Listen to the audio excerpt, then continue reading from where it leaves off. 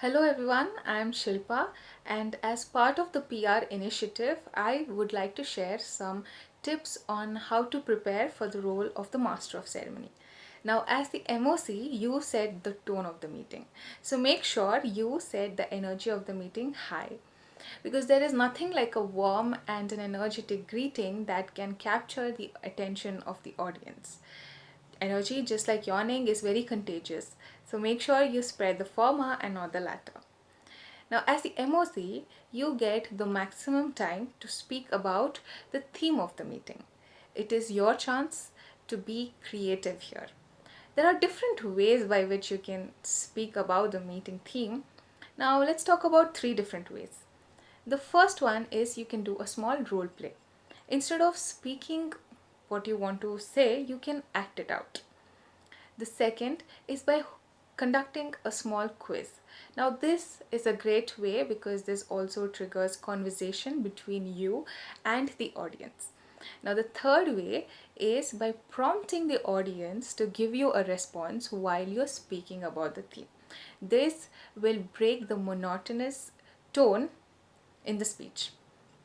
Okay, and one big no is to go on speaking about the theme, in great length, giving definitions about it, because our PR team does a fabulous job in bringing out these amazing creative theme ideas every meeting. So do your research on what the theme is about, so that you can speak about your own personal experiences, or you can speak about some facts that and that is not of common knowledge, that will really put the audience also in that awe state.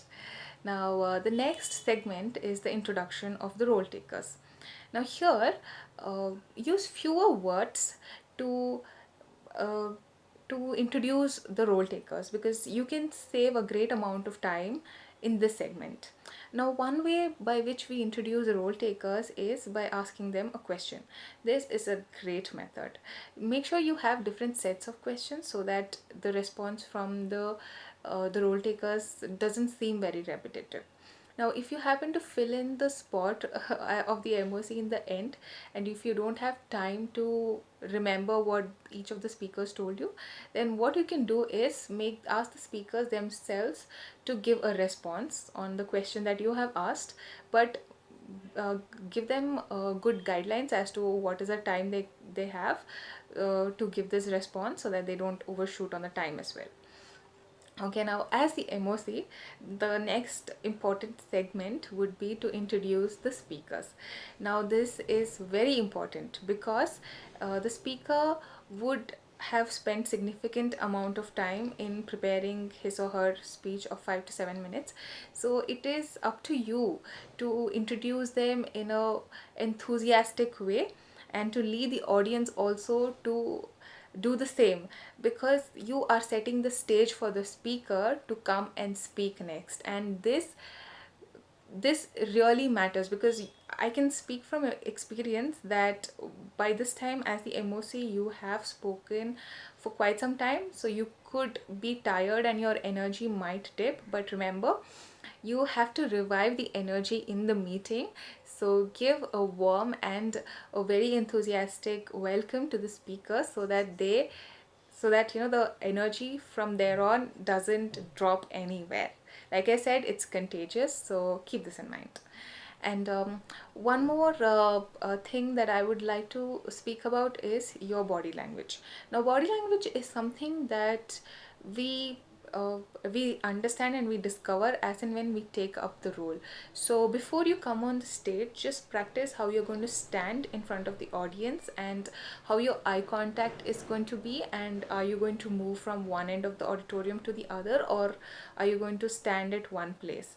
I would suggest to move with maintaining a good eye contact with the audience in the room. Okay, but this is something that we learn over the time. So be cautious of what is your comfort zone and how you would want to approach this. Now, coming to the last tip that I have, that is about time management. I think we can all vouch that we have been in the situation where a speaker would go on and on without any sign of stopping. And please don't do this, because we should value everybody's time, the audience time, and we should always convey whatever we have in fewer words, in a very concise manner, in the time given to us, without overshooting it, so that we keep the audience attention without boring them.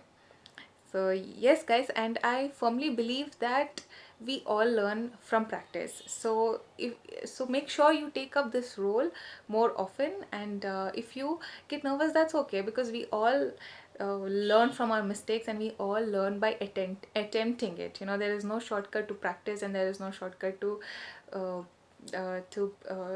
to trying it out. So yeah, I would encourage all of you to take up this role, and give it your best shot, and wishing you all a very good learning. So yeah, bye.